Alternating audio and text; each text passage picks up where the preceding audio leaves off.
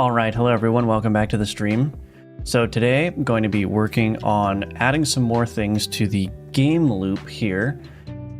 So basically I can engage in combat with an with an enemy board, and then I need to be able to choose cards and then also have some options for how to proceed in terms of like events or new combat encounters or whatever. But before I get into all of that and what we're going to be doing today, I want to remind everyone that Gunforged is available for sale. So if you want to support my work, check out the Steam page. You can download the demo and play that if you want. You can purchase it, and you can add it to your wish list if you'd rather wait for it to go on sale. And if you do end up playing it, consider leaving a review. I've been at 45 reviews for a couple days now, so a new review or two would be very nice. Also, I have my Udemy courses available for sale, so if you want to learn how to build a complete game in the Godot engine, those are also linked in the description below. All right, hello, OC Richie, welcome back. Great to see you again. Hello, Beggar Studios. Welcome to the stream. So yeah, like I said, we're going to be working on improving the game loop here. So there are a couple of things that I want to do.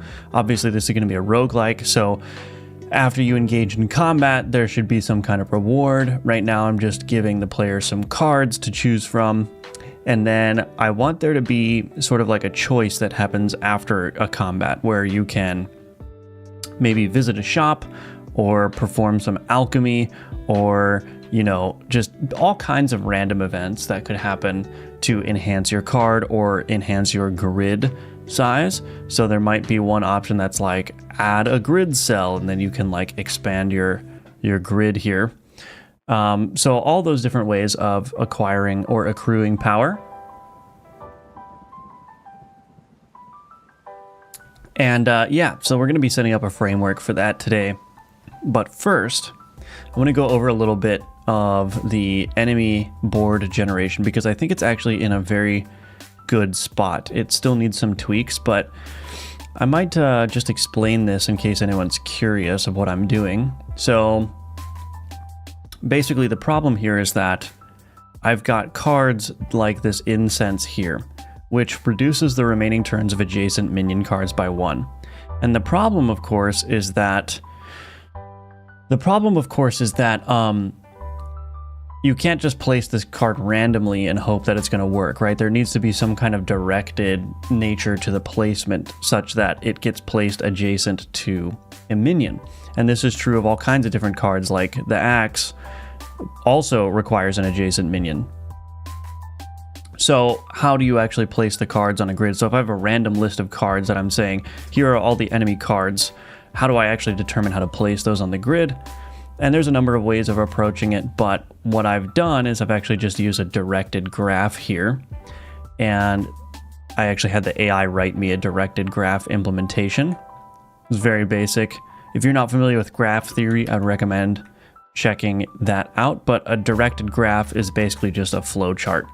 So if I go into Paint here, I'll go ahead and just describe sort of how the algorithm works. So let's say that we've got, do I want to use this? Okay, so let's say these green circles, these are cards like the incense, these are cards like the incense, which can affect other cards or require other cards like minions, right? This could also be something like embalming fluid. And if I have an example of embalming fluid here, I'll bring that up. Let's see. I don't. All right, let's give it one more run and see if embalming fluid shows up. There it is. So applies 2 preserve per allied ritual card. So this is looking for cards tagged with a ritual. You can see if I hover over it, these are all my ritual cards here. So that's another kind of card that can affect other cards. So let's say that there's 3 cards that can affect or work based on proximity to other cards. And then we've got something like a minion card, which is, you know, we'll just use black for this one. So we've got a minion card. So let's say that all of these things, I don't know how to use Paint. There we go. So let's say that all of these things, they form a directed graph that points like this to whatever they affect. So these green circles are cards that affect other cards, and then they are going to establish graph edges that point to the card that they affect. Okay, so now the problem is though, how do I decide which one to place first, right? They all require this. So I could either place this black circle card first on the grid somewhere and then try to place these around. But I actually went for a different approach, which is that I actually create a single path through all the nodes. And I actually end up placing all the green ones first. So what happens is I actually modify the graph. So after the graph has been constructed like this, I actually modify the graph such that, I'm just going to kind of draw it again here. I actually modify the graph such that, whoops, we end up with something like this instead, where now the graph becomes directed in this way, where this, I'm calling these queryables, but this is a card that affects other cards. This points to that one, this points to that one, and then this points here. So what I end up doing is I actually end up placing all of these green cards first. And then I can take this black card, the card that can be affected by all these, and I can do a couple of things with it. One, I could find the overlap. So all of these green cards get placed randomly first on the grid. And then what I can do is I can choose a number of methods. I can find any overlap in these card areas. So get all of the affected cells and then pick a cell that this card can fit into such that it provides the benefit to as many of these cards as possible. Or I could choose a random one of these. So I could say, well, I'm going to choose to place this black card as a neighbor of this one, or I could do the same and put it as a neighbor of this one or a neighbor of this one, whatever I want to do. And so that's basically how I'm directing the cards to be placed in the graph. And that's basically what the algorithm does right now.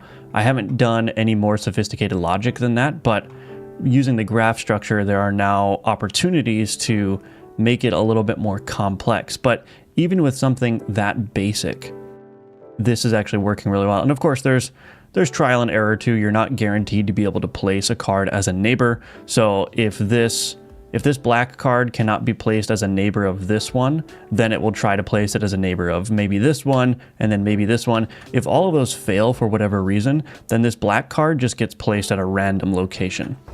And of course, this algorithm handles multiple cases where I could have another black card here that is also dependent on this one. And that case actually gets handled very nicely. So, yeah.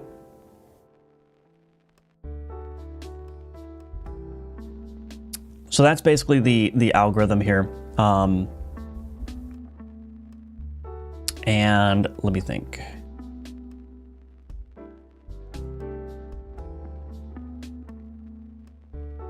Yeah, I think that's basically it. So that's kind of how I'm using a directed graph to place the cards in a sort of, I can't use the word optimal because it's definitely not optimal, but it is a sensible format. Now there are still some problems here, like this incense here would make more sense if it was placed up here next to this corvid to benefit from that. So I actually have the graph being printed out here. So this is the initial graph that gets created. This is the graph after it's been processed a little bit. So anywhere you see an indent here with an arrow, those are basically the edges, the connections to various cards. And you can see one of the problems here is that the corvid is being placed as a neighbor to axe. So in this case, it's prioritizing the axe over the incense. And that's just something that I can work with. I've got the print here, so I can modify this algorithm down the line to be a little bit more sensible. And I still need to build out a bunch of basically heuristic things. Right now, I'm doing very basic checks, like this can potentially affect card. All it does is it checks if there's a tag filter on a query options and if the other card matches that tag filter, and then it says, oh, that means it can affect that card. But obviously I'm going to want to make that more sophisticated, but for now it's actually working pretty good. So anyway, that's how my enemy board generation algorithm is working currently. I think it's actually good enough now where I can start actually engaging in some combat with it. So, so anyway, let's get into the main sort of thing I want to do today, which is work on the game flow, the sort of game loop here. Hello, Adaton, welcome back, brother. Sup, fam, tips, Fedora. We are not.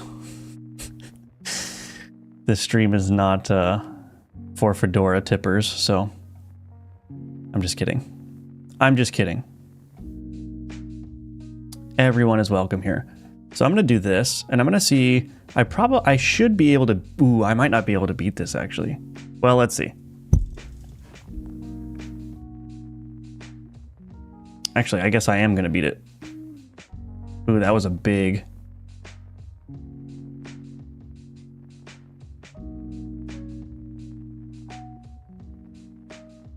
Now I have something to try, which is I don't think that the incense is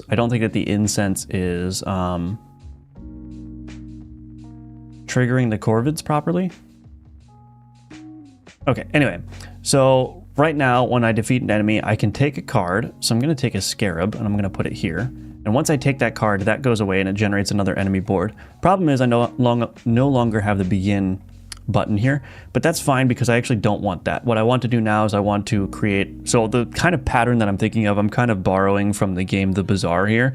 The Bazaar is really interesting because you can go through several events, like going to shops or, you know, having a random upgrade opportunity or whatever. You could go through like 3 or 4 of those before you enter a combat, which is very interesting. Now, I'm not going to copy that exactly, but I think it would be cool to, you know, you have your combat, you get your reward from that combat, which might be 1 or 2 or 3 cards or one choice of 3 cards. And then after that, have some kind of options show up, like a shop or a alchemy potential or, you know, whatever else. So I'm going to build out that whole flow here. And that's going to be done in the run manager here. So the run manager kind of orchestrates all of the things that are happening in the game. I'm actually going to close that for now. So I'm actually using a state machine to drive the different game states. So we've got a state normal, that's combat. I should probably change this to state combat. We've got state reward, state choose event. So this choose event is actually never being entered, I don't think. Or is it? On reward selected state choose event. Oh, right.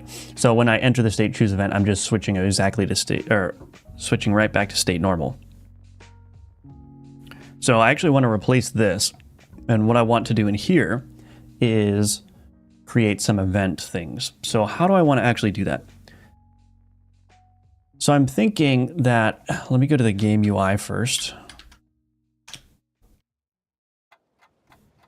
So this is my begin. I've got this right half container here.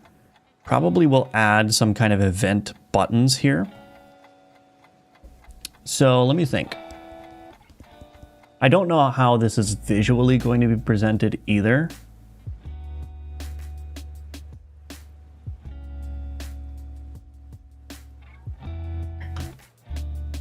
But I know I want at least a couple of events here.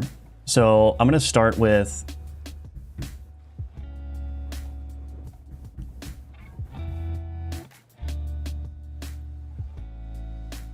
let me just do this. Let's do add child node VBox container. Let's do a label. Okay, we're gonna say, we'll just call this shop. Then we'll add a button.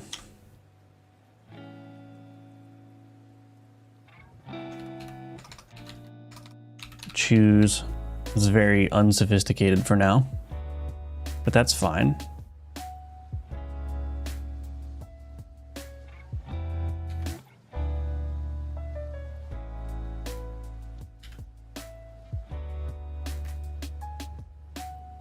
Okay, and then what I'll probably want to do is add another VBox container here. event selection container. This, we're going to make that shrink center, shrink center.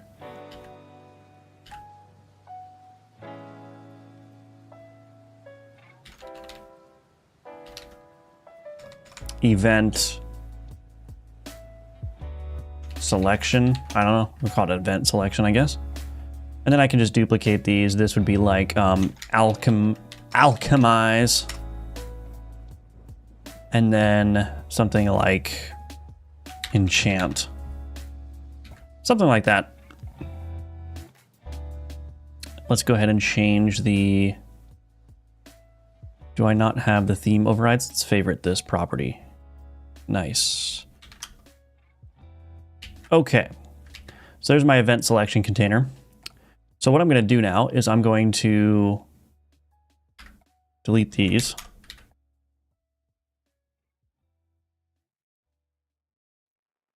Let's save this branch as a scene. Scenes, UI, create a new folder, event. I don't know if I should call it event.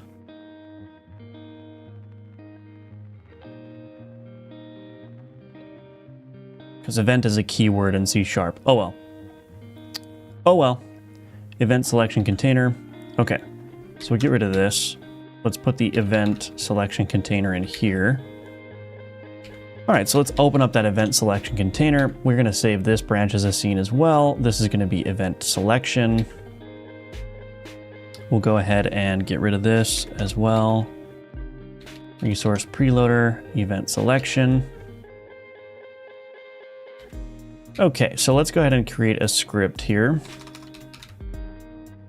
Oh, scripts. UI.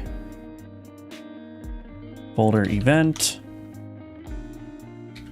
Okay. Let's create this. Hello, Mycoon Dev, welcome back. Good morning, Christopher. How are you doing? My power keeps cutting off some of the... because of some drizzle. Oh.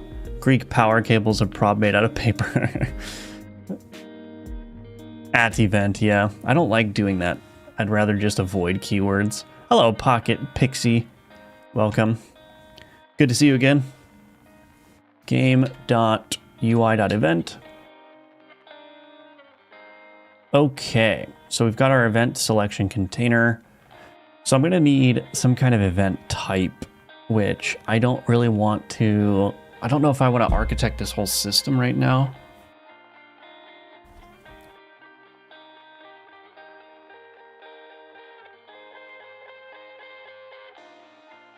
Let's see. Game.data.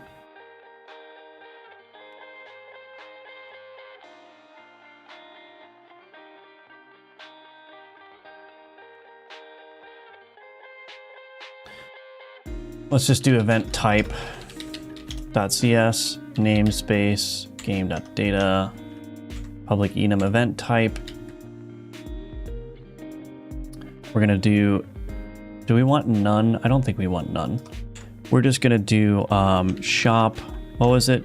Shop, alchemy, enchant. So we'll just put those in right now. Event selection container, public, void, set event types.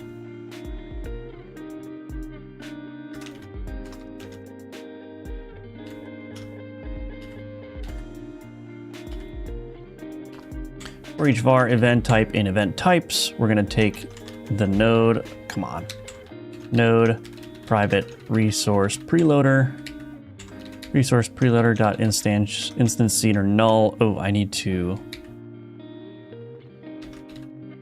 add a script here.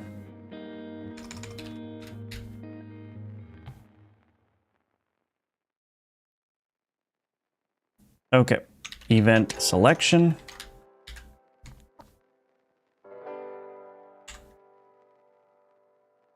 Event selection. Public void set event type. Okay. We need a label. Node private label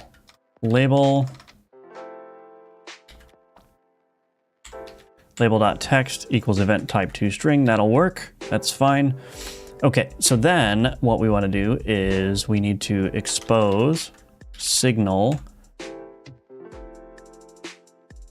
selected event handler. That's fine. I actually don't need this. Node private button.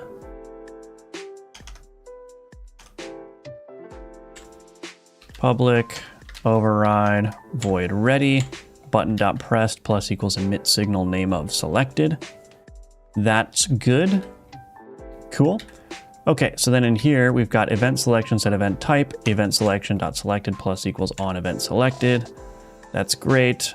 Signal name, this is event selection dot signal name dot selected, and we are going to, oh wait, no, on event selected. Yeah, I actually, the AI was correct. I'm sorry for questioning your wisdom, AI.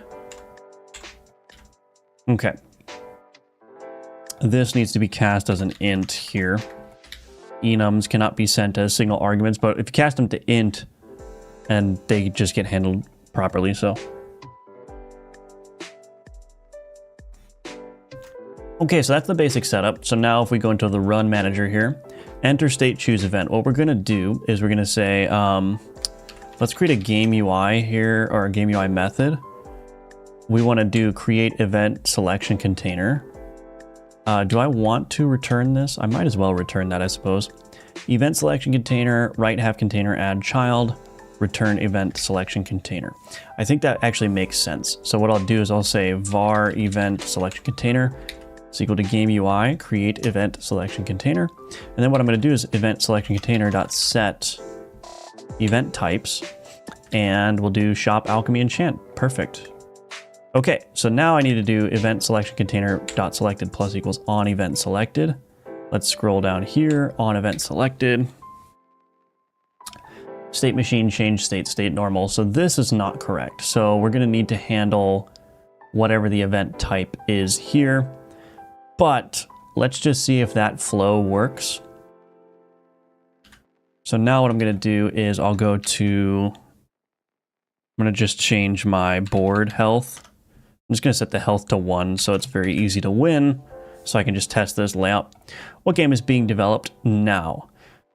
Yeah, so this is a, so this game is basically like a medieval science, necromancy, alchemy themed game where it's like a grid management kind of game where you've got these cards and these cards have certain abilities that they can do. And you basically want to place the cards as optimally as possible inside of your grid.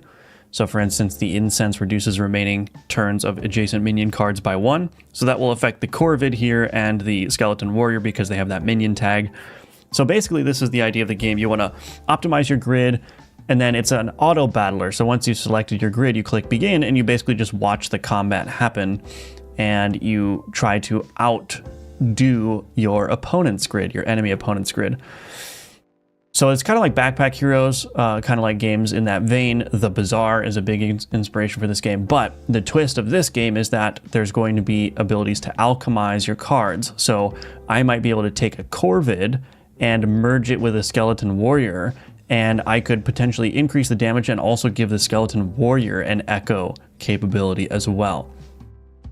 Or I might be able to take a Voodoo Doll. The Voodoo Doll only applies paralysis, but I could conceivably add the ability to have heals on that Voodoo Doll as well. So the idea is that as you go through the roguelike formula of the game, you're going to be able to just create these really massively powerful cards that are basically random every time because you don't know what you're going to be able to alchemize together. And then having like a whole enchant system where you can layer on additional capabilities to cards and whatnot. Obviously having the ability to upgrade the tier of a card I think is going to be really cool. So you could increase the Skeleton Warrior's damage just from its base 2 damage to something higher. So that's the that's kind of like the gist of it. It's a card game and an auto battler. Yeah, basically. I mean, the cards there's not really like a deck or anything. It's just you collect cards in your inventory here, which is limited, and then you can pull those over into your board as you wish. And that's basically how you do it. Yeah, I'm sorry, AI, yes. Hello, Neozoid, welcome back. All right, so I'm just gonna go ahead and begin. So you can see this is what the turn looks like. I've set it to just 1 health, so it's very easy to do this. And then I get a reward here, so I can choose 1 card. Lambone Ring, Voodoo Doll. This UI is broken, but that's all right. I'm gonna take the bell and slap it on there. Okay, so now we've got these events here. So we can do Chop, Alchemy, Enchant. So I choose Alchemy. That doesn't go away. That's all right. On event selected. So what I'm probably gonna want to do here actually is pass in the so this is the event type.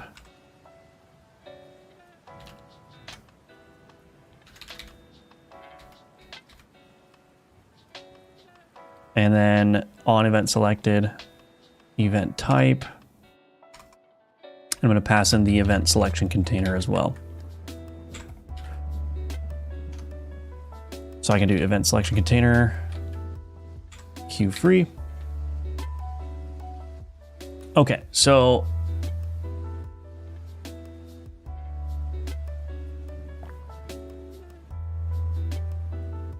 let's actually might as well just get like the alchemy system maybe working. I'm kind of curious how that's gonna pan out. I actually think that that's gonna be relatively simple to make, but I might be a little bit too optimistic here. So let's go ahead and I think this setup is basically fine. So initial setup on events. I can't wait to add a bunch of juice to this game too. It's feeling very bland right now, but let's get the mechanics working first. Okay, so now what I want to do is, how do I want to actually set up this alchemy stuff? So the idea is that this is all, I'm going to make this game very simple in terms of like its UI. So the game is all going to happen on this single screen. So like everything happens here. This is what the game looks like. And, you know, any event or whatever is just going to happen on this side of the screen, on the right half of the screen, but you're always going to have your inventory and you're always going to have your board visible. And so yeah, I think that's going to be good. So let's go ahead and see if I can design a sort of alchemy kind of thing. How do I want to do this? So I think what I'd need is, I wonder if I should just use a board for it. Oh, that would be kind of interesting.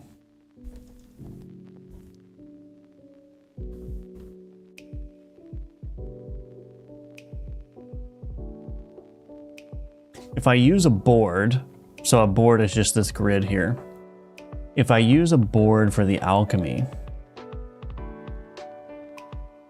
then what I could do is start the alchemy board off very small, like a 2x2, and then make it grow. And then as it grows, you can alchemize more cards together at once. So like if you had a 3x3, let's pretend like this grid here is my alchemy grid. If I had a 3x3 grid, I could potentially do this and like merge all of these cards together.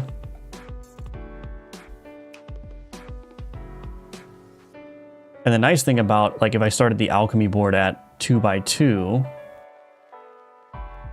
there's a bug here which I need to fix. Well, let's say I started the alchemy board at 2x2, I wouldn't be able to do anything with the larger cards at first. But I could do something like take 2 corvids and merge them together. So anyway.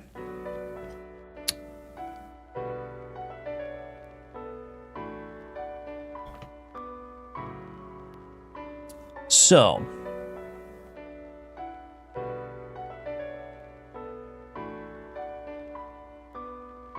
I think I do want a board. So how am I going to do this? Let's start with a new scene.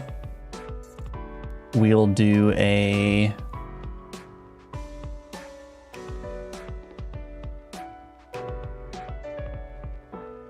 VBox container, I guess. Actually, don't know how this is going to look. Alchemy container, scenes, UI. We'll create a new folder, Alchemy. Trying to make my UI a little bit more streamlined here. Create new folder, Alchemy. Okay, so we're going to instantiate a board here. I probably need... I'm going to create a new container type. Where is this? Yeah, so I'm going to create a new container. I'm going to call it board container. And I'm going to put this just in UI here, board container. Let's do a script here.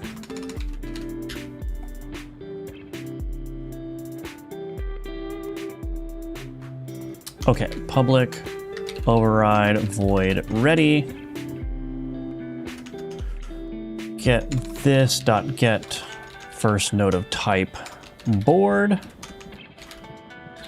Okay, var board is equal to this dot get first node of type board. And then we're going to say custom minimum size is equal to board dot dimensions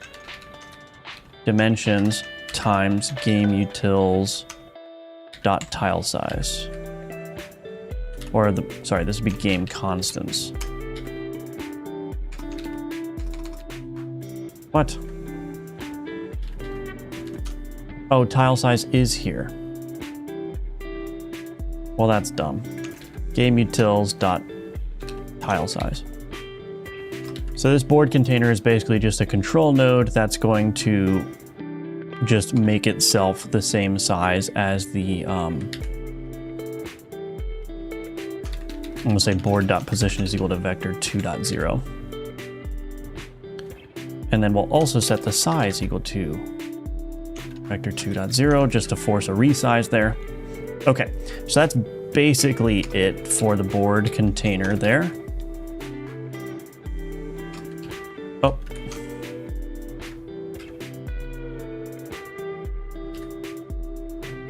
Board is a namespace, game.gameplay.board. Okay, whatever. So there's my board container. So now what I can do is I can go to my Alchemy container here, instantiate that board container and make the board a child of that. And just for simplicity's sake, I'm going to take this 18 times 3. So that's 54. So you can see how that makes it really nice. This board here, I might need to add some more flags as well. Shoot, this is getting somewhat complicated here, but that's fine. Is there a way that I can hide? Let's see. Is player inventory board?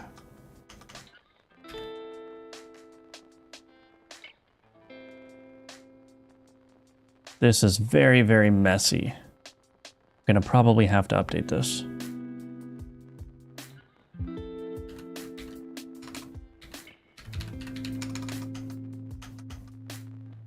Board UI. What is this doing? Update UI position, board UI dot visible if not is player inventory board.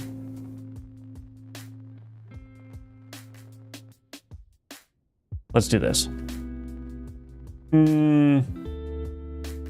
Yeah, I'm gonna need to update this. This is not gonna be scalable at all, but let's just do an export private bool is event board.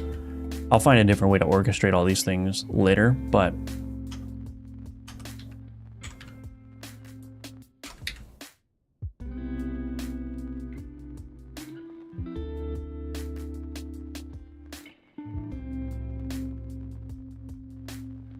I'm gonna get rid of this is player controlled.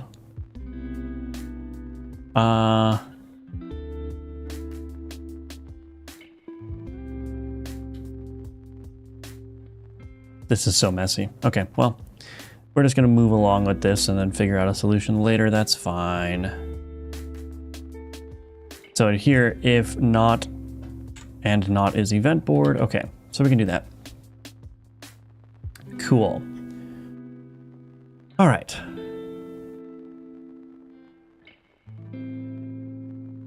Instance child scene, or no, not instance child scene. Let's do a button. We'll change this separation to be something like 16, I suppose. We're going to call this perform alchemical transformation. It's a little bit too long, but what I can do with the container here is I think I can do shrink center.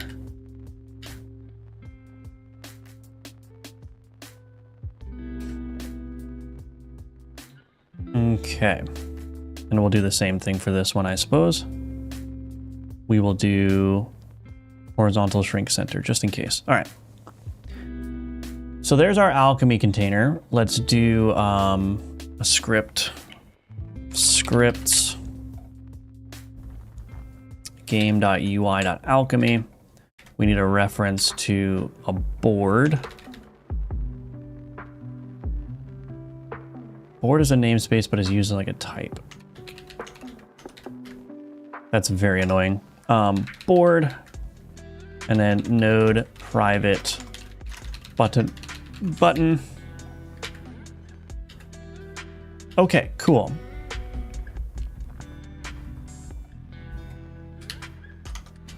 So what I'm going to do is I don't like when my UI does logic. So I'm not going to have the UI do any logic. All that's going to happen here is I'm going to button.press plus equals on button pressed, private void on button pressed. What I'm going to do is board inventory component get cards on board ordered by priority. Cards is equal to that. And these are card stats, which can be passed along in signals. So what I can do is I can say signal public delegate void alchemy started event handler. We can do card stats.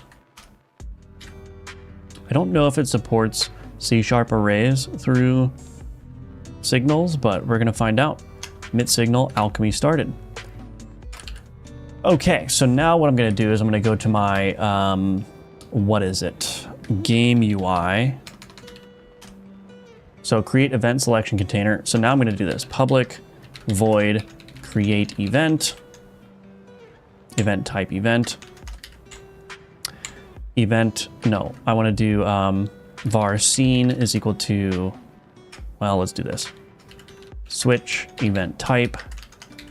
Case event type.alchemy. Do this. Create an alchemy container.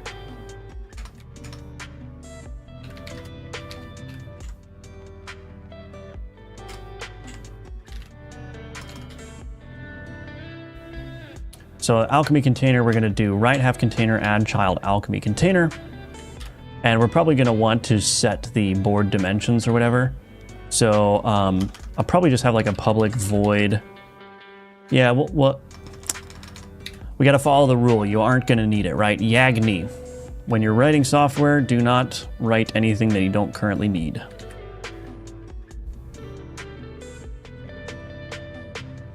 I like how intuitive UI making is in Godot. It's a pain in GameMaker. Yeah, I mean, I was working primarily in GameMaker. I say working as if it was super serious. I mean, I was using GameMaker when I first started making games, and as I got more sophisticated in terms of my software programming experience, I was really desiring something more structured. I mean, when I was using GameMaker, it didn't even have built-in vector types, for goodness sakes. I had to go find like a third-party set of scripts that somebody had written for vector math. It's like, how can you have something so basic missing? I don't know if GameMaker has those things now, but when I was using it, it didn't have those things. So, and then of course, like proper UI stuff, the collisions, I remember collision handling was very wonky in GameMaker as well. So like coming to Godot, where it's like, oh, you've got very, very sophisticated UI designing tools, and you've got, a very sophisticated physics system. It's like,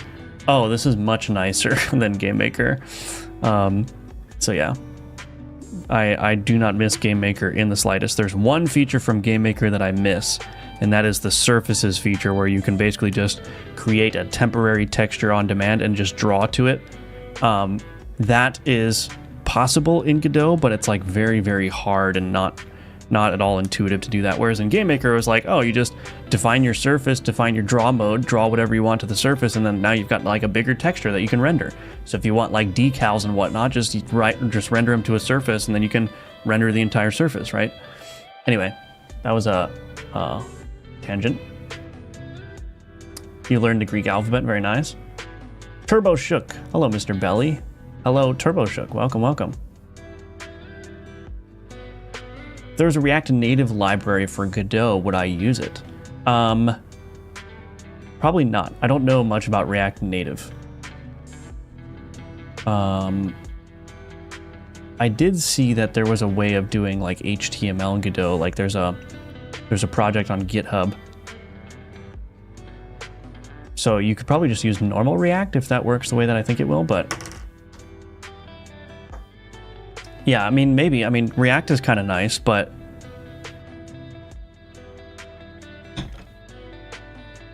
yeah, I don't know how it would work in a game dev context. I'm not sure. Probably switch to Godot for my next project. Yeah, I think Godot, I've said this before and I'll say it again, I think Godot is the best 2D engine around, period.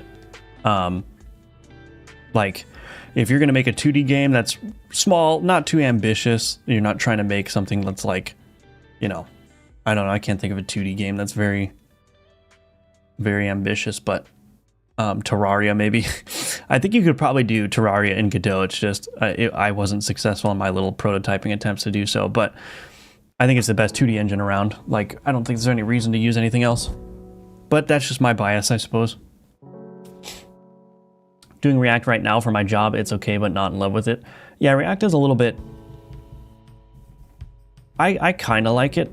I like it. I mean, I was doing React mostly for my job as well. I think that it becomes... There's just... The problem with React is that there's a lot of quirks to it. There's a lot of ways to do React wrong. But when you're familiar with React and when you actually know the sort of ins and outs of how it works, I think it's actually very nice. But yeah, React, it's very easy to do things wrong in React. That's the big problem. Angular, see, I've never really liked Angular, but I also never really got super familiar with it. I've heard people like Vue. Yeah, there's the Vue guy. I knew we'd have a Vue guy in here. A lot of people like Vue. I have yet to try Vue in any serious stuff. React Native calls native UI stuff. React.js would not work great. IMO.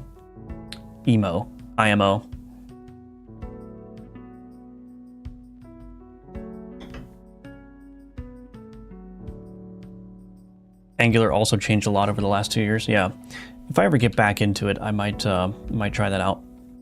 Anyway, so this create event here. So we've got this event type Alchemy. So basically,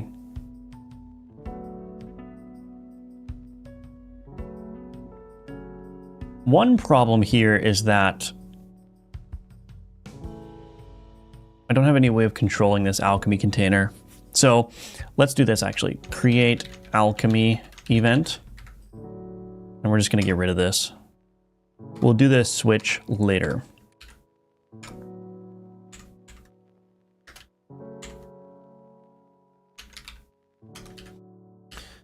Okay, so in my run manager now,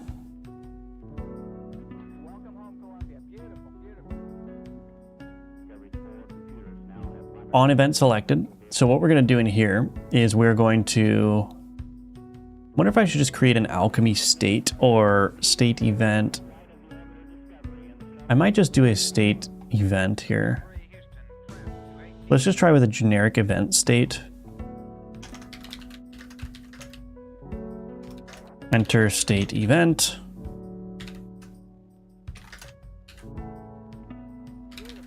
Or is state event. Let's add those.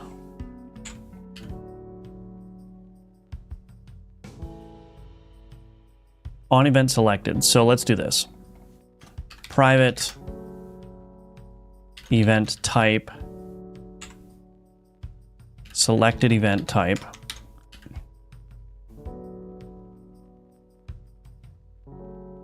selected event type is equal to event type. We're going to go into the state event. Okay, and then in here, in this enter state event, we're going to do switch selected event type, case event type.alchemy. We're going to create that alchemy event. And then what we're going to do is we need to connect to that. So alchemy container dot alchemy started plus equals on alchemy started. I'm going to do on event alchemy started. So private void on event alchemy started. Okay, so this is where we can actually do the alchemizing here. I'm just going to do it in, shoot, does this card get owner board? Game utils. Do I have a way of getting the owner board? Get owner.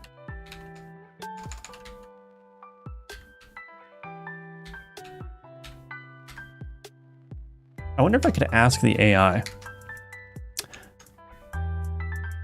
Do I have any place in the code base where I can get the board that currently contains a card stats instance?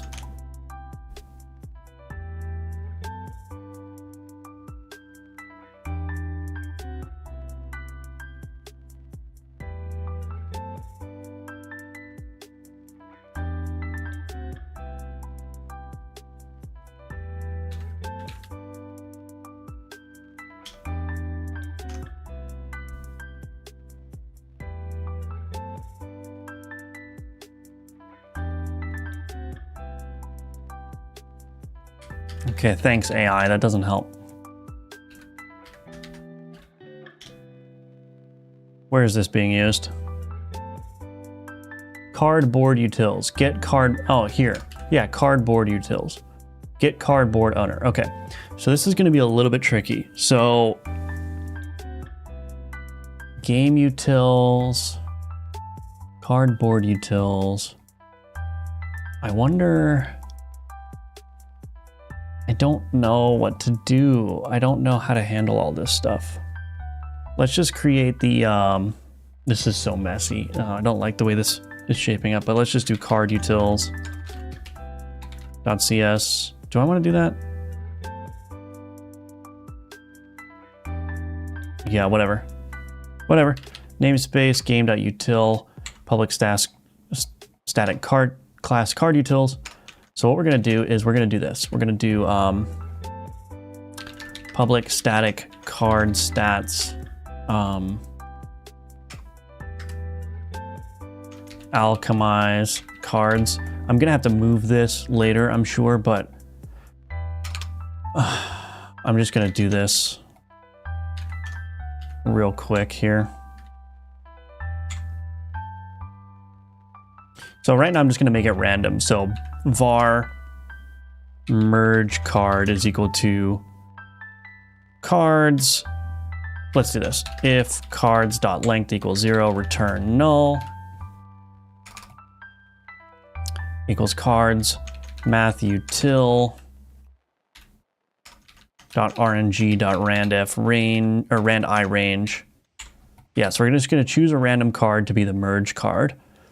And then for now, let's just take all of the abilities from each other card and just add it to the merge card.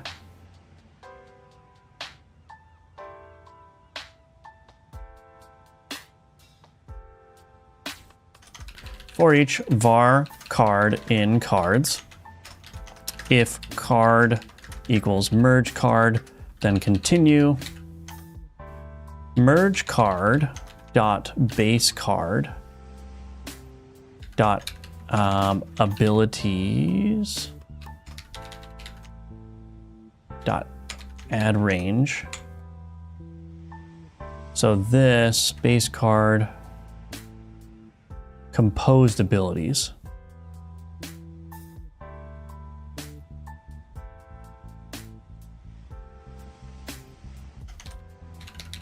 Void add composed abilities. Composed abilities. Composed abilities dot add range. Composed abilities. Oh, this dot composed abilities dot add range. Okay, and then in card utils, what we're going to do is we're going to say base card dot add composed abilities, card dot base card dot get composed abilities. Return merge card. Okay, so that's basically it. So now if I go here on Alchemy started, we're going to say alchemized card is equal to alchemized cards for each var card in cards. If card is equal to alchemized card continue, otherwise we're going to call card.queueFree. Now the interesting thing about this card queueFree here is that it's actually my own little queueFree method. So what I need to do now is I need to do this. For any board that owns the card, I need to remove that reference from the board. So I do cardboard utils dot get cardboard owner. Oh, I do not have the scene tree. That's fine. I can just do card node get scene tree or get tree.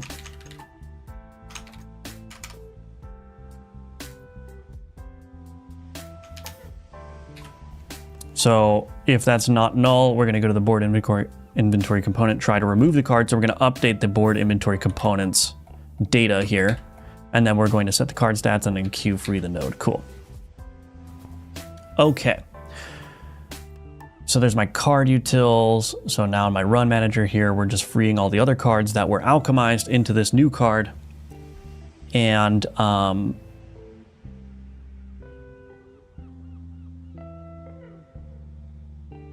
I'm curious to see if that's going to work. It's probably not going to work, actually. I need to be able to drag cards over onto that board.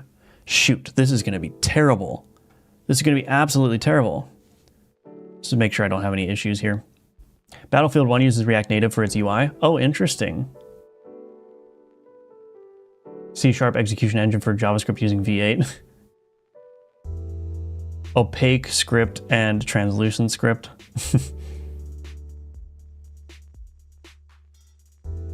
You can do the React Native. Okay, interesting.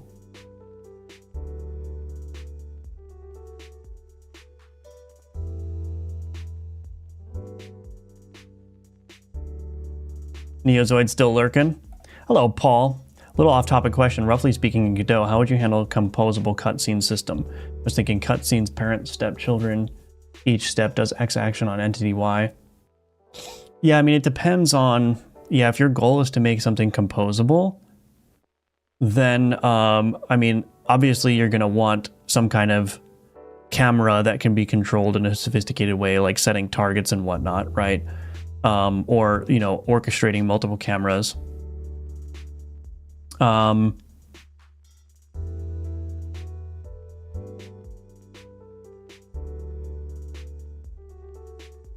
Yeah, I mean, it kind of depends on what kind of cutscene you're doing, I guess.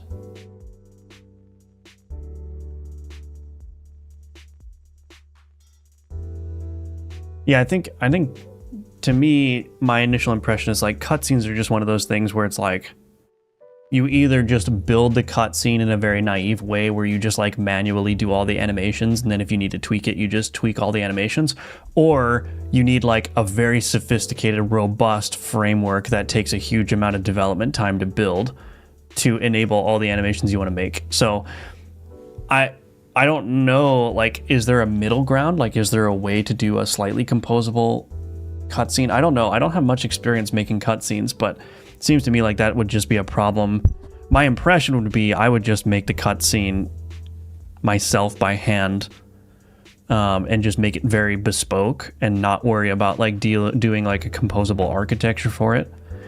Because it's just, that's one of those problems where it's like, you might start building a composable architecture, but then you realize, oh, but I need to do something slightly different. And now I need to spend the next 2 hours building out more of the composable framework to support this one thing I want to do, you know? That's just my impression, but yeah.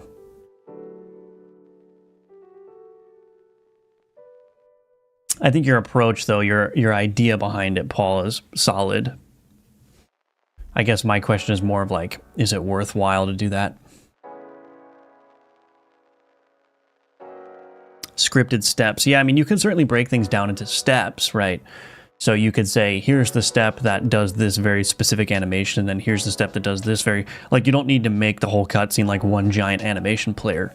So yeah, you could definitely like just have like a generic step kind of implementation that basically just notifies like when it's done with its part that it owns, and then you can write maybe like I said, the specific code inside that step. I think that would work nice. Hello, Damien. Welcome. 2D tile-based RPG, dude walks to position 0, play animation, dude, so on. Yeah, I think your approach would be solid. At least that's where I'd start and see what happens. I'm actually curious to see if this is going to work. I don't think so, because... So I take a card, I select Alchemy, it breaks. Object reference not set to instance of object. Run manager 120.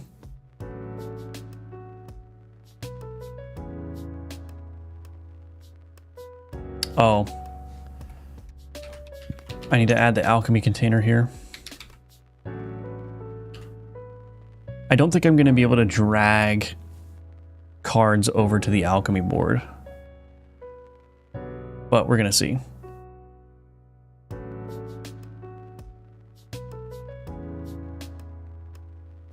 Could not match member board to any node in Alchemy container. Can I drag cards over here though? Nope. Oh, I have another problem here too.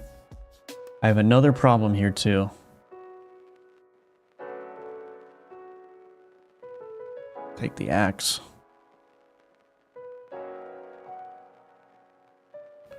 So this actually exists on a different layer, so I can't...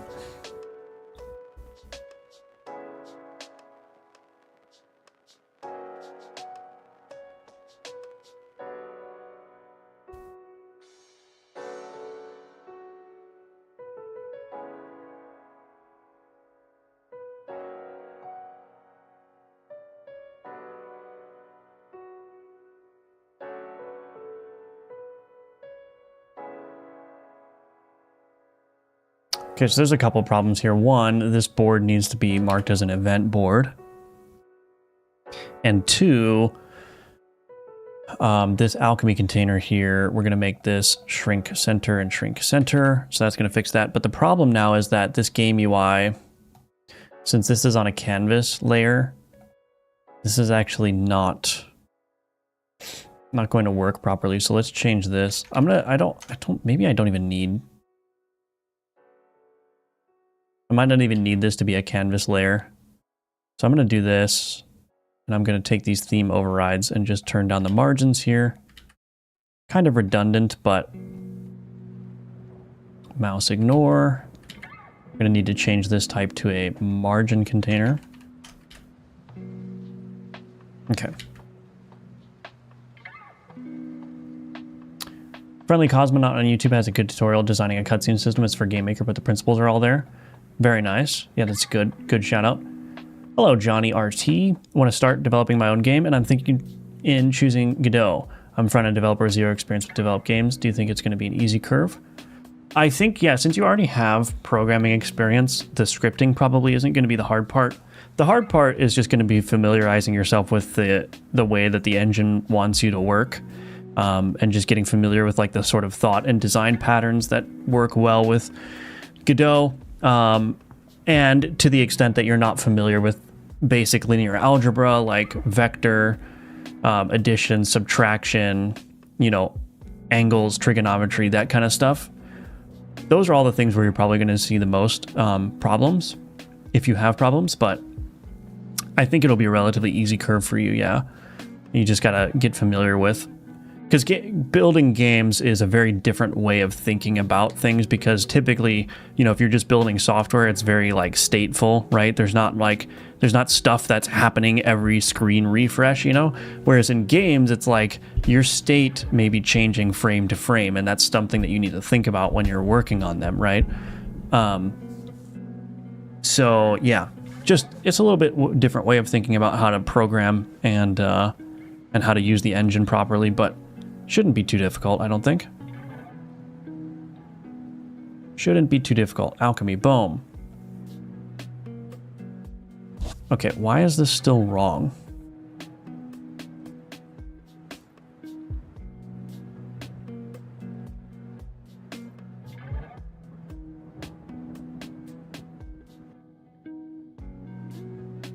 Why is this not... Oh, just let me shrink center, shrink center. Oops, I did this wrong again.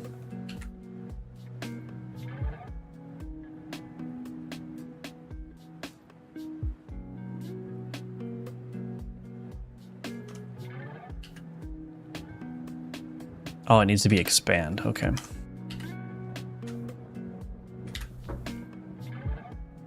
So now I gotta get, this is the problem. Managing all these different boards and how they can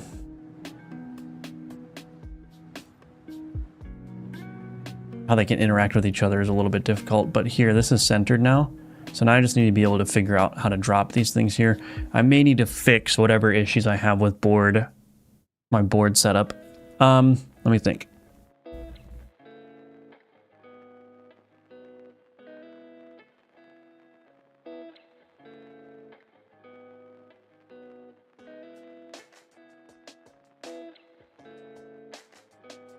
Kind of annoyed that this isn't perfectly aligned either because of this button here.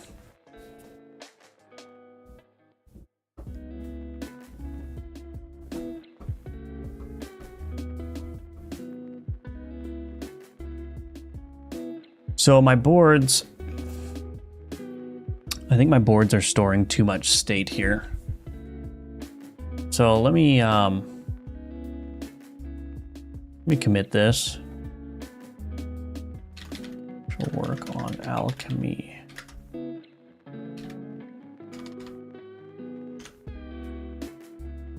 So we'll commit that. I need to better coordinate these boards. These boards are getting very bloated, so they're storing basically like game state here, which I don't like. The target board, yeah, this is all... If I'm going to be using the board in a bunch of different contexts, like an event board, an enemy board, an inventory board, I think that these need to be more dumb than they currently are, because they're storing a bunch of state in here. So I need to make them more configurable and less reliant on game state, but I still need the game state. Like, I still need to be able to know which board this board is targeting. Like, the opponent board here is very important for the execution purposes. Handle card, mouse entered. So like something like that. So I think what I need to do probably is I probably want to just create like another manager here that sits above everything and create like a board manager and just have all the boards register themselves inside of the board manager. And the board manager can be the thing that relates any boards to each other. So like if here's the player board and here's the enemy board, those can be related to each other. If there's an inventory board, then I can just mark that as like, this is the inventory board. If this is the event board, I think, and then I can coordinate being able to drag and drop things. Like, the only board I shouldn't be able to drag and drop on is the enemy board. And so I think just switching to a more configurable, like, here's a board. Is it drag and droppable? No. Can it, like, oh, I could just do this. Can it accept cards? No. Can it, can the cards be dragged? Can the cards be dragged from it? No, right? And just turn everything into a board. And I could even do that from my like reward screen here. I could use a board in here instead.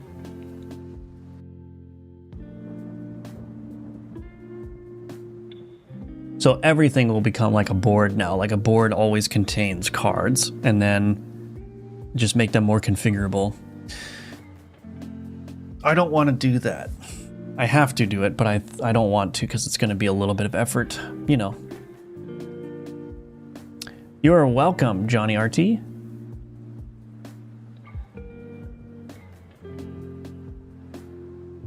Okay, so let's go ahead and do that. I also want to be able to hide the health bars and whatnot.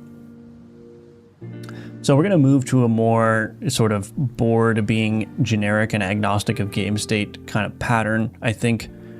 But first, I'm going to go ahead and get a refill on my drink. In the meantime, please check out the links in the description below. I have Gunforged available for sale now. I'm trying to be a full-time indie game developer, so all of my income is coming from sales of Gunforged, but also from sales of my Udemy courses, which will teach you how to build a complete game in the Godot engine. So if you're interested in any of those things, check out the description below. The links are all there. Give me 2 minutes. I'll be right back, and then we will continue on with this work.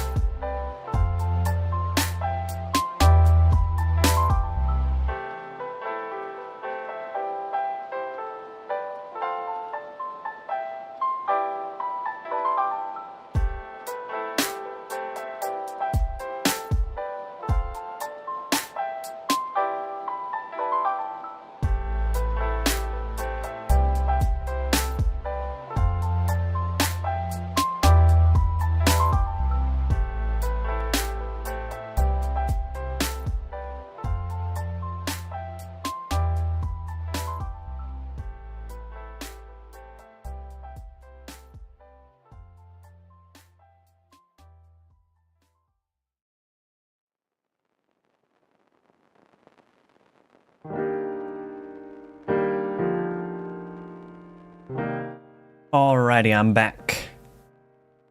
Welcome, Mikes. Why are you saying no? Is it because I stepped away? I'm here again. I am here. Fear not.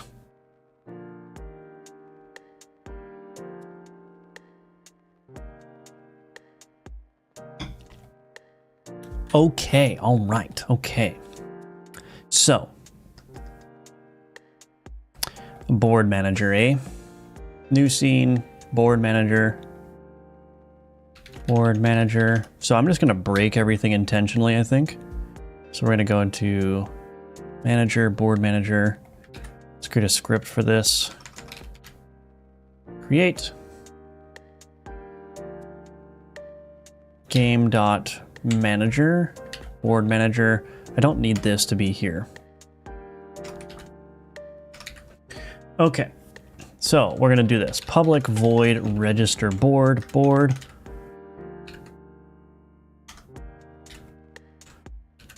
Okay, all right. So we're gonna want to configure the board in a certain way, but let's go ahead and do this.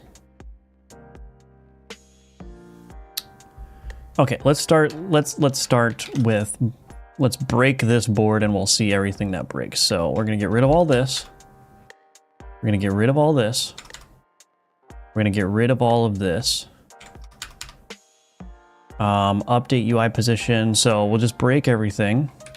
Get opponent board. We're gonna get rid of this because that's not gonna be the responsibility of the board. We're also gonna get rid of register target board. We're also gonna get rid of this. We're also gonna get rid of this. Register turn manager. I think turn manager, does it need to have a reference to the turn manager? Turn executor component. We'll figure that out later.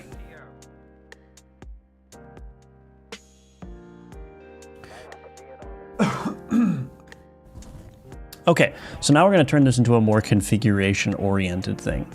So, let's go step by step here. Update UI position. So what we're going to do is we're going to do an export variable, private bool is UI hidden. And here, if not is UI hidden. Okay, set process input. Try drop card. Okay, so here's what we're gonna do now. Export private bool can drop cards.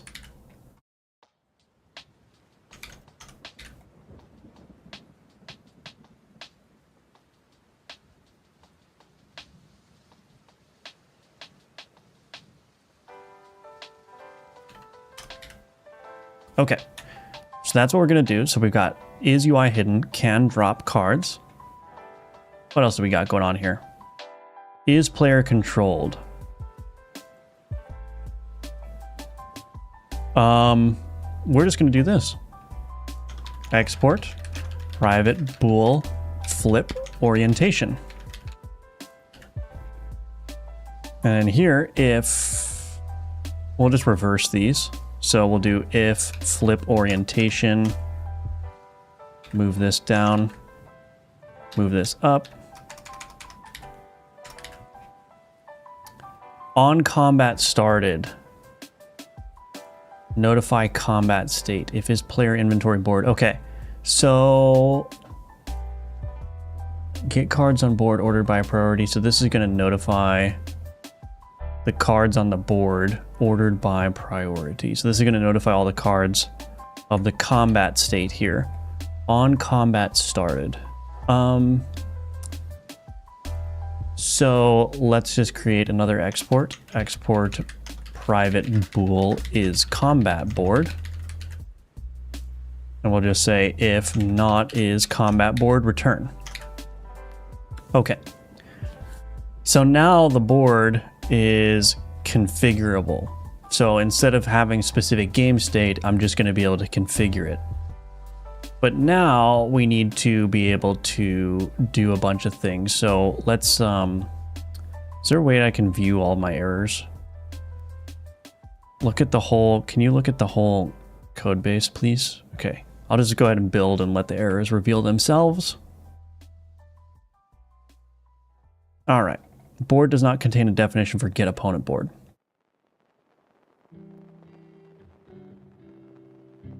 Board inventory component. So this get parent board is also very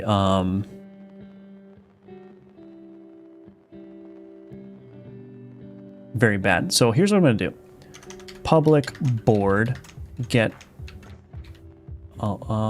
maybe that's not bad actually. That's fine. Get parent board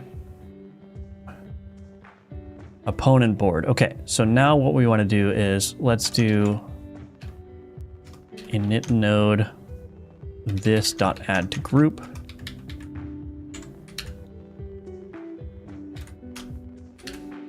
Okay.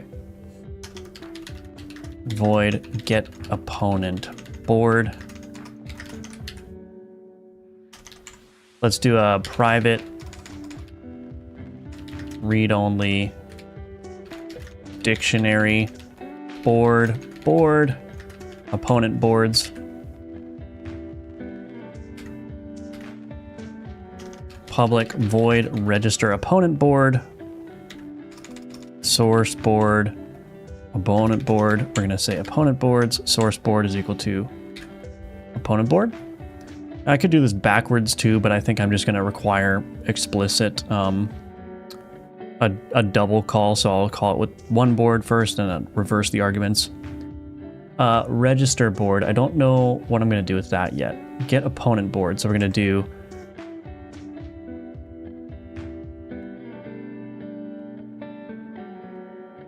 opponent boards dot try get value.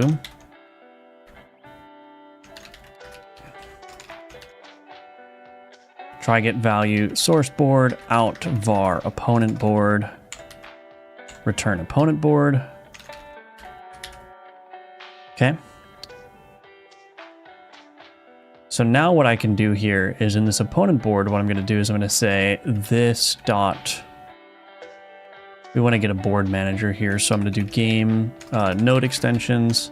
I'll just add a very easy board get, no, board manager, get board manager, get first node and group board manager. Okay. Get player inventory board. These things are going to go away.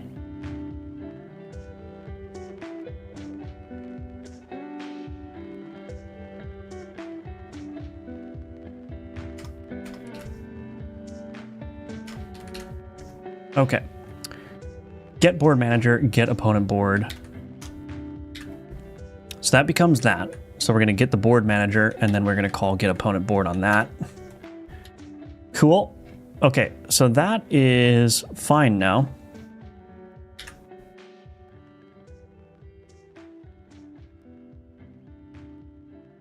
Let's just build again.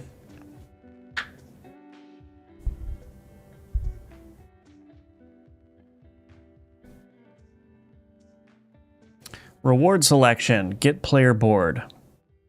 Okay, so now I need to do, this is probably where I need to register things. So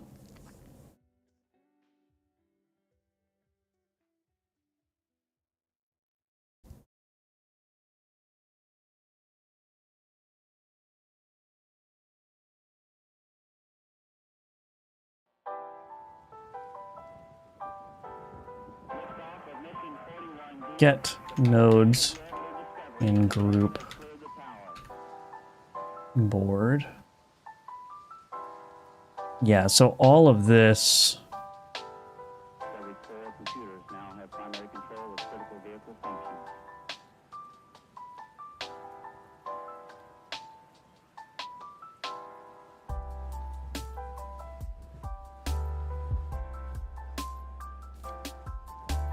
I think what I want to do is change this now. We're going to get rid of this add to group, and we're going to require that all the boards get added here.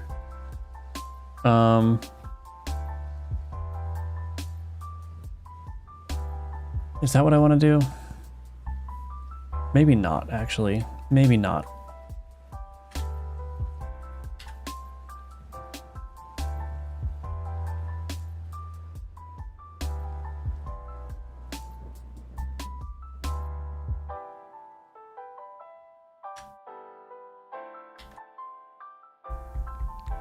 So we'll keep adding the boards to a group.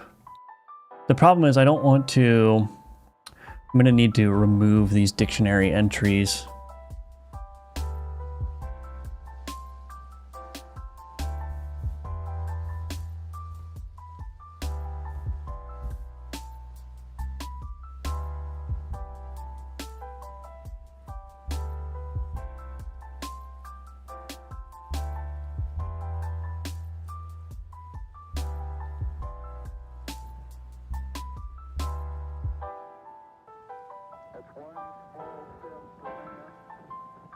Maybe what I should do is, dang it.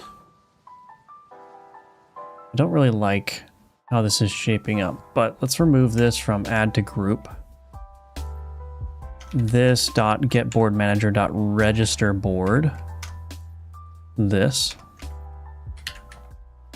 In here, what we'll do is we will say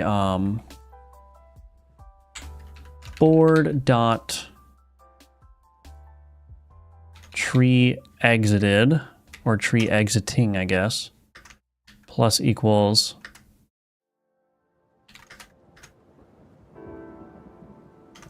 private void remove board.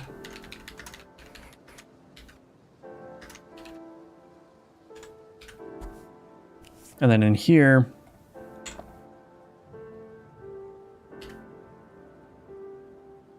I mean, that'll be fine for now. I'm going to have other stuff in here as well. Like, let's do a private read-only list board, all boards. Maybe not a list. Let's do like a hash set, I suppose. So register board, all boards dot add board.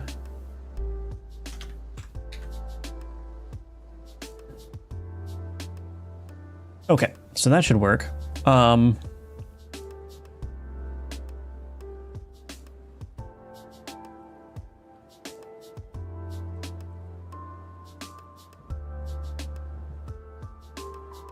So now the question is, how am I going to mark a player board here?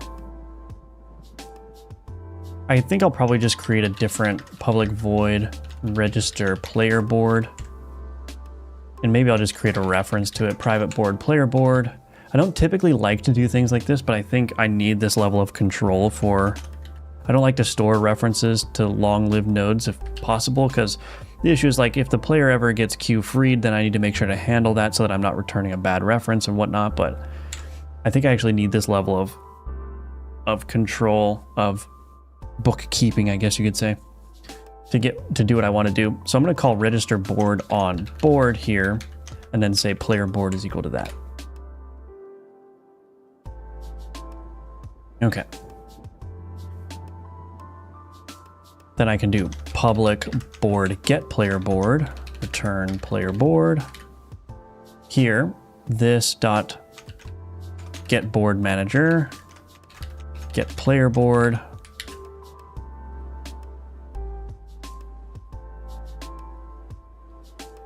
And I'll do the same here as well. So any board that has like a special designation, I'll just store it like this.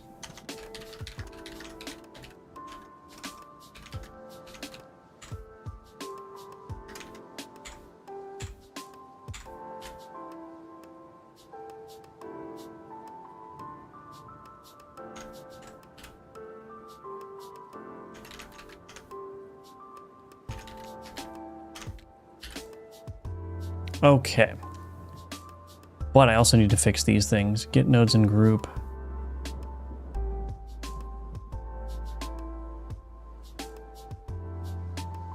Yeah, I'm no longer adding this to a group. So what I need to do now is I need to public IEnumerable board, get all boards, return all boards. Okay.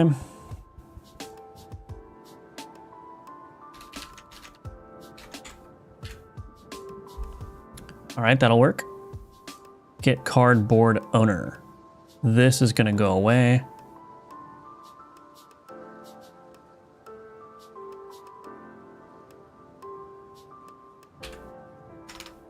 I think I can probably put this in the board manager now.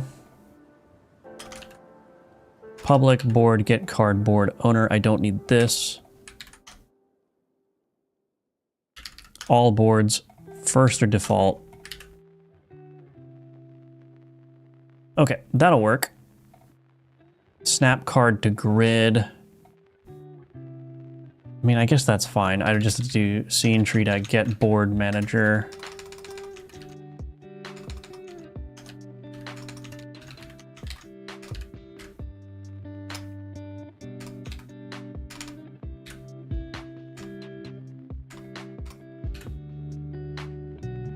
Okay. Hello, Axajim. Picking up development after a few months, and I will use one of your courses to get back on track. Hope you are doing okay too. I am doing okay. Thank you for asking. Thank you for commenting, I guess. Welcome to the stream. Great to see you. Alrighty. Where else? This dot get board manager. Okay, execution context, scene tree dot root dot get board manager.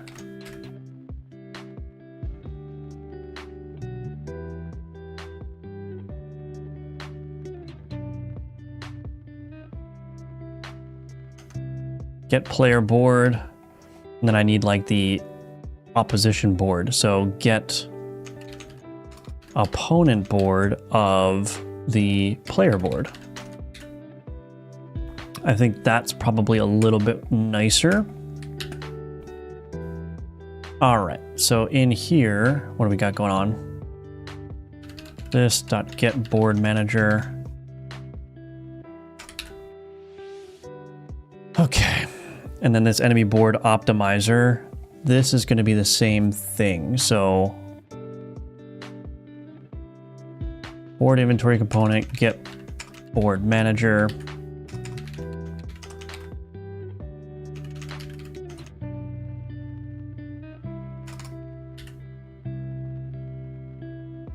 Enemy board is equal to board inventory component, get board manager. Get opponent board of the player board.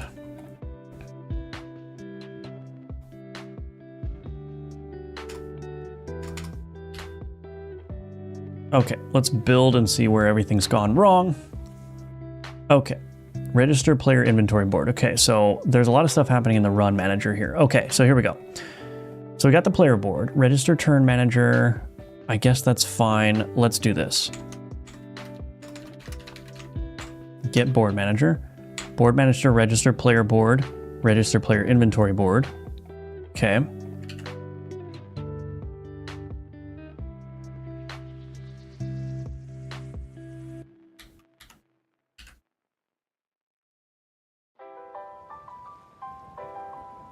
I guess that's fine. Okay, and then down here, enemy board. So we need to do this dot board manager dot register. What? Board manager.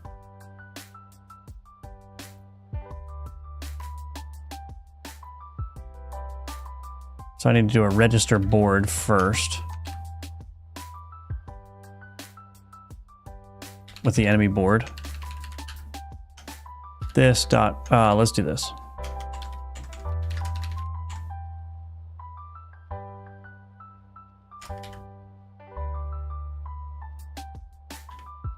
Board manager dot register board, board manager dot register opponent board, player board to enemy board, board manager dot register opponent board.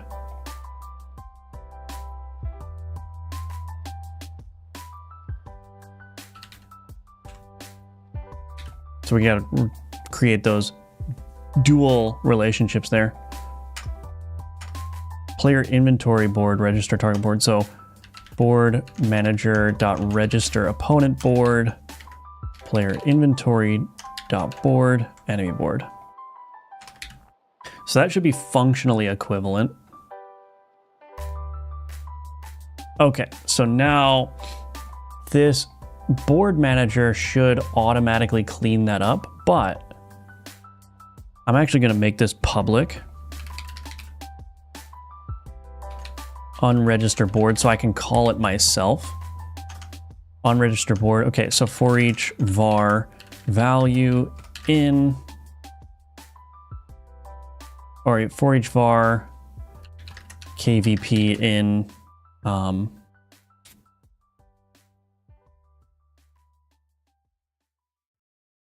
opponent boards, if kvp dot value is equal to the board that's being unregistered, then we're going to say opponent boards dot remove kvp dot key. So we're just going to remove that relationship entirely from what's been set up here. And I think that should work. So now I've got this unregistered board. That's going to be called automatically when a board leaves. So if I forget to call it or whatever, or I don't have to call it, it's just going to be automatically called. However, I can also do this here. So this.getBoardManager.unregisterBoard enemy board, if that's still a thing. Yeah.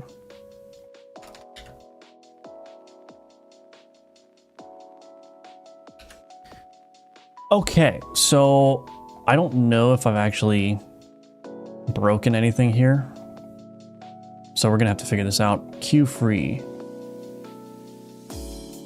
Right, so this becomes now card node.getBoardManager.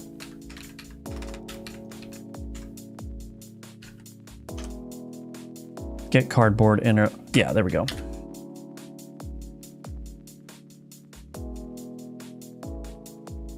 So we're going to remove the card from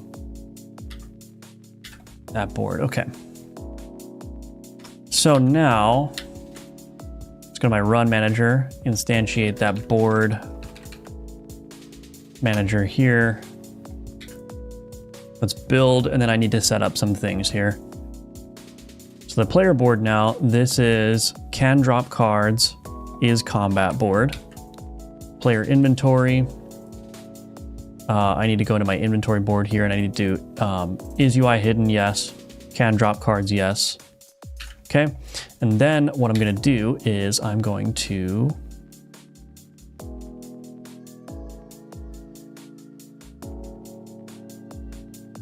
how is the enemy board being created?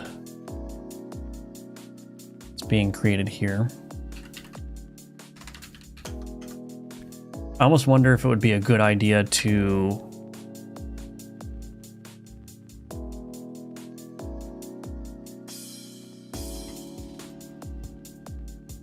I should probably make the board configurable.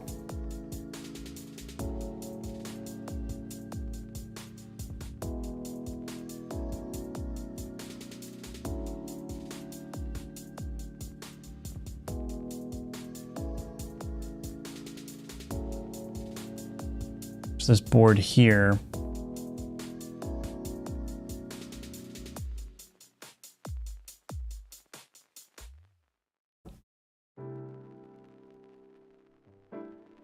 I think I probably want to make it configurable, so let's do this.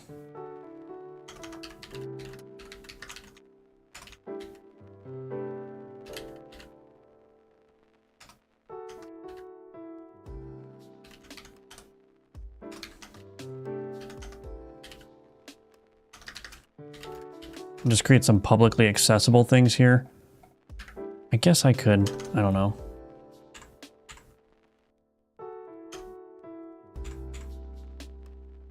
Whatever, it's fine. So now in my run manager here, enemy board dot is combat board equals true, enemy board dot is UI, or no, flip orientation is equal to true. I think that's all I need to set there. All right, let's see how badly I broke it. Let's see how badly I broke it. Okay, that appears to be working. That appears to be working. Can I drag cards from here? No. Can I drop cards on there? No. This is still broken for some reason. The first time I try to drag it over to the inventory, it doesn't work. I think it might just be snapping wrong. Oh, maybe not. I'm gonna have to figure out why that's not working, but anyway.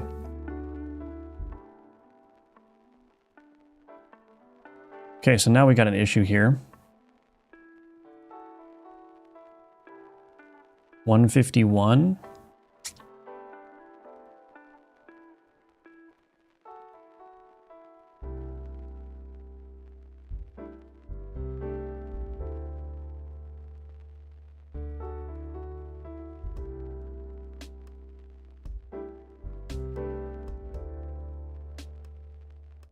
Execution context target board.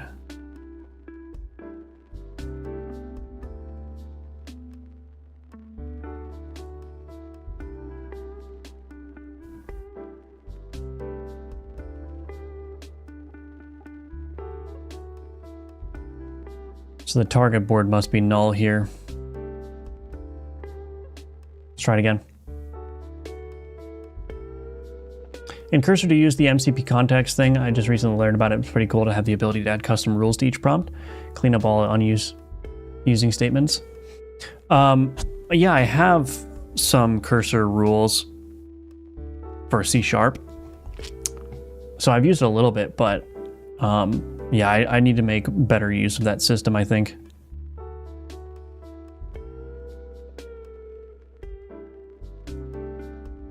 So this is interesting. Oh, the target board is never being set. Okay, so execution context. Let me go to my base card.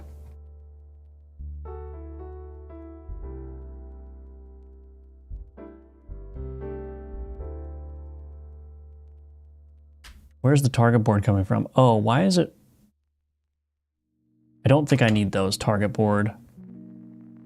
Register target board. I don't think I need that, do I?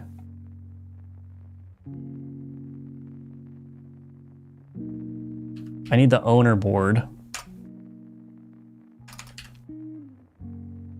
Target board is equal to this dot get board manager dot get opponent board, get the opponent of the owner board.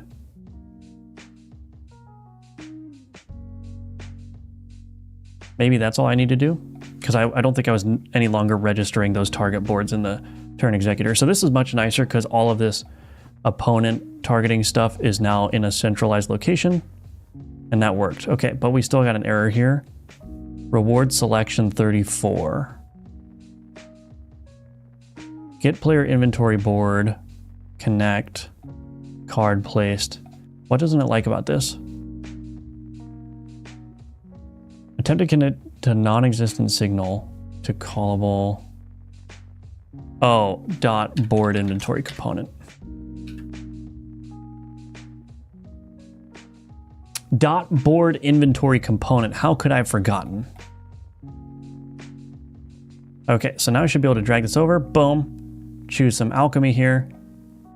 Now I need to update this board now.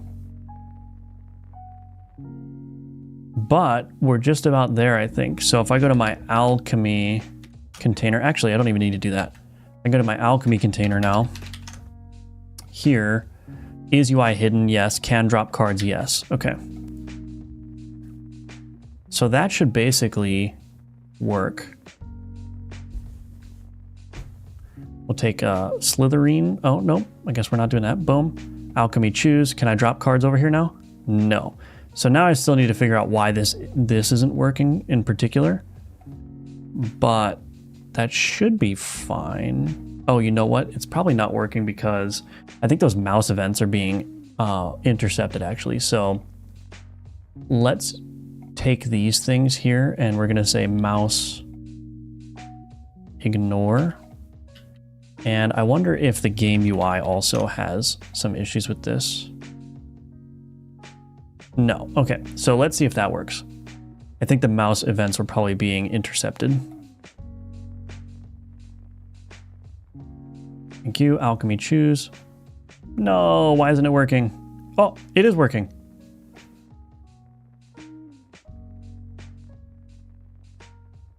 Okay, all right. Oh, that didn't work.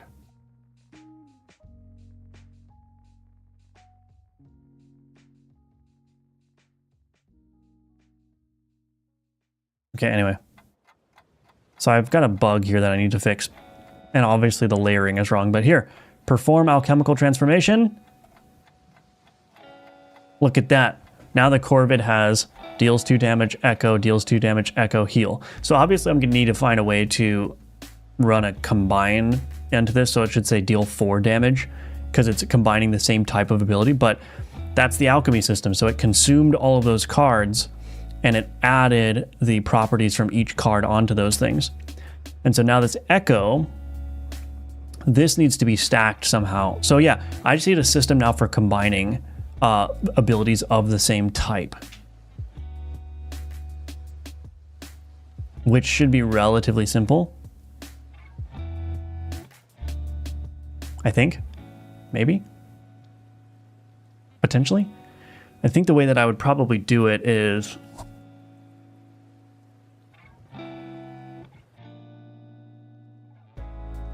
at the composed ability level. So at this composed ability level,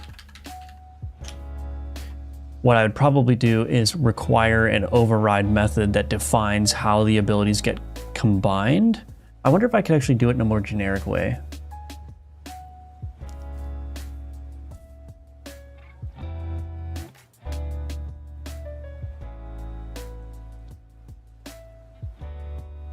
I would have to think about that. I wonder if it would make more sense to... Yeah, because each composed ability is potentially going to have a different way that it gets combined, right? So like the conditional echo here, what essentially needs to happen is that this echo needs to have a number of executions it can do per turn. So if you stack echo, that means that it should echo twice. So it'll attack, then it will echo, and then it will echo, right? So you basically get 3 attacks.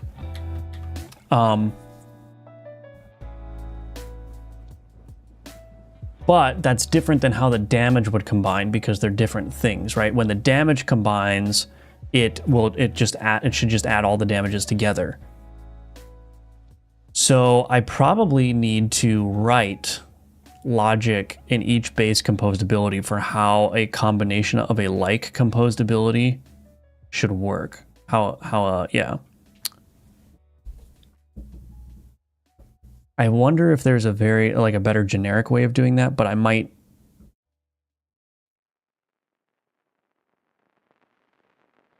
That might need to be the way I do it. Oh, there's going to be a lot of considerations to make here. Because these abilities don't know anything about what card they're on either. So for instance, right now this conditional echo, it conditionally echoes for Corvid cards. But the idea is that I should be able to specify a type for the type filter here as a parameter in the constructor here, or an argument in the constructor, and then just put the type filter here. And so all of a sudden now, this conditional echo, I can set this to echo conditionally on any type of the query. And that might be necessary because let's say that I take a Corvid and I mix it with a skeleton and the skeleton gets that echo ability. I might want to say, oh, now it echoes if there's another skeleton on the board, right? Instead of a Corvid. So I'm going to have to think about that, but yeah, I don't know. Hello, Polaris, welcome back. Are there any benefits from using C# over GDScript, like extra features? Yeah, I mean, in this game particularly, I'm making heavy use of interfaces and abstract classes, which are something that you don't get in GDScript. So, and of course, I'm doing grid-based operations, and so having a link available to me for purposes of filtering and basically working with data structures is very nice. I think this kind of game that I'm making here would be kind of difficult to make in GDScript just because of the limitations of the language, but not to say you can't do it. I'm just, I would not want to use GDScript for this kind of project here because there's a lot going on here. But GDScript is obviously very capable. Lots of successful games that were made in Godot used GDScript, so.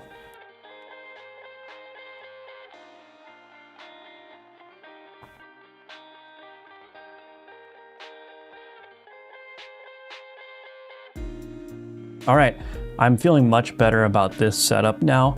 Now that the boards themselves are not storing any state, I can use them much more flexibly as basically just glorified drag and drop areas. So refactor how boards are managed.